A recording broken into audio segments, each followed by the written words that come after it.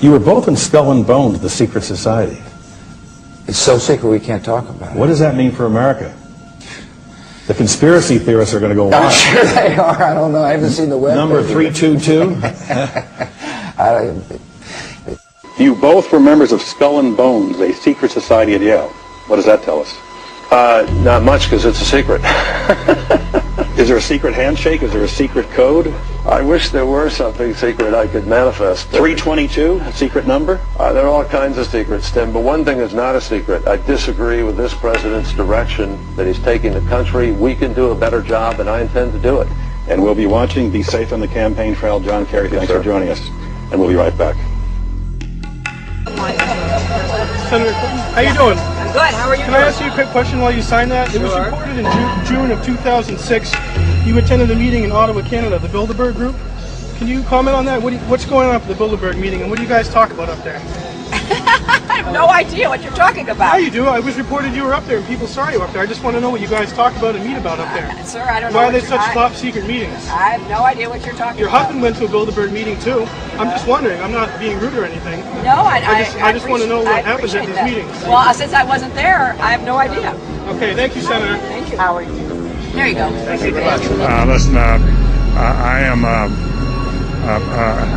happy member of the Bohemian Grove. I like the folks who come there, and it's really inappropriate for me to talk about the group beyond that. Thank you. Have you been there for the ceremony with the cremation of care? Frankly, I don't think that's something I need to talk to you about.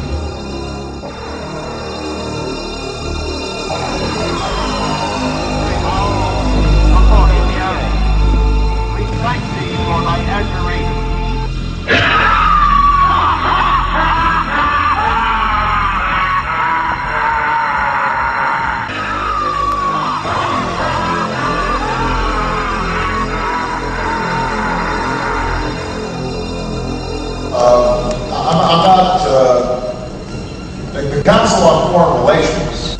I don't know if I'm an official member. I've spoken there before. You were both in Skull and Bones, the secret society. It's so secret we can't talk about it. What does that mean for America?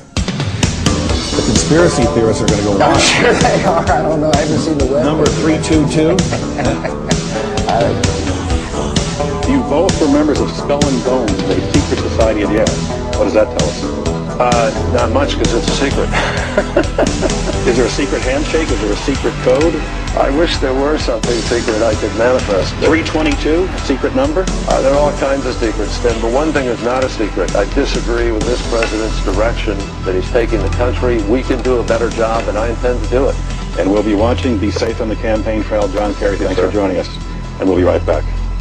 The ultimate goal that these people have in mind is the goal to create a one-world government run by the banking industry, run by the bankers, and they're doing it in sections. The European currency, the euro, and the European Constitution is one part of it. Now they're trying to do it in America with the North American Union.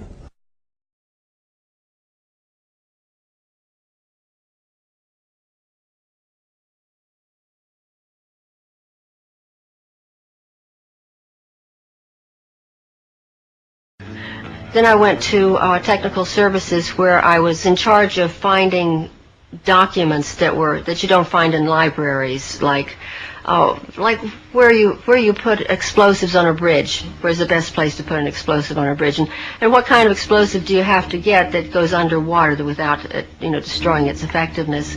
Also, I had to find, one time they wanted me to find out if there was such a thing as a poison that was undetectable, especially one that seemed to mimic a heart attack, that would kill someone, but it would appear that they had a heart attack. I did find such a thing. Does this pistol fire the dart? Yes, it does, Mr. Chairman, and a special one was developed which potentially would be able to enter the target without perception. The poison was frozen into some sort of dart, and then it was shot at very high speed into the person, So when it reached the person, it would melt inside them, and the only thing would be like one little tiny red dot on their body, which was hard to detect. There wouldn't be a needle left or anything like that in the person. But also the toxin itself would not appear in the autopsy? Yes, so that there was no way of perceiving that the target was him.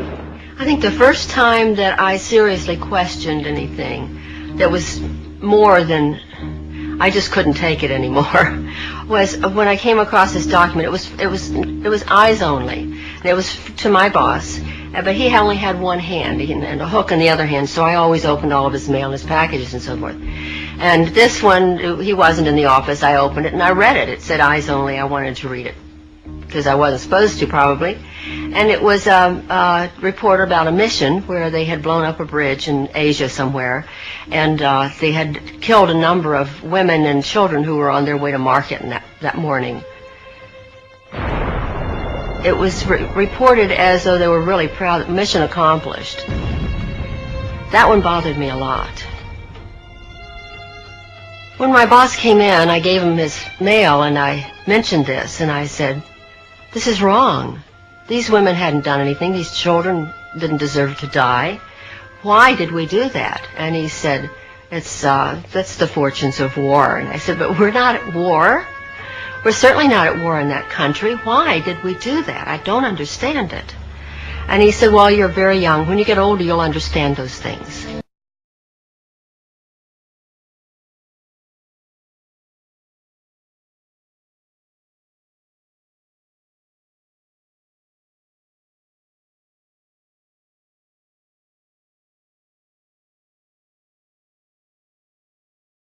We have a real chance at this new world order. In order...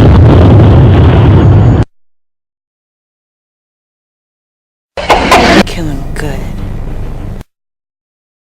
This fight is all the same. Fascism. I've got one that can see.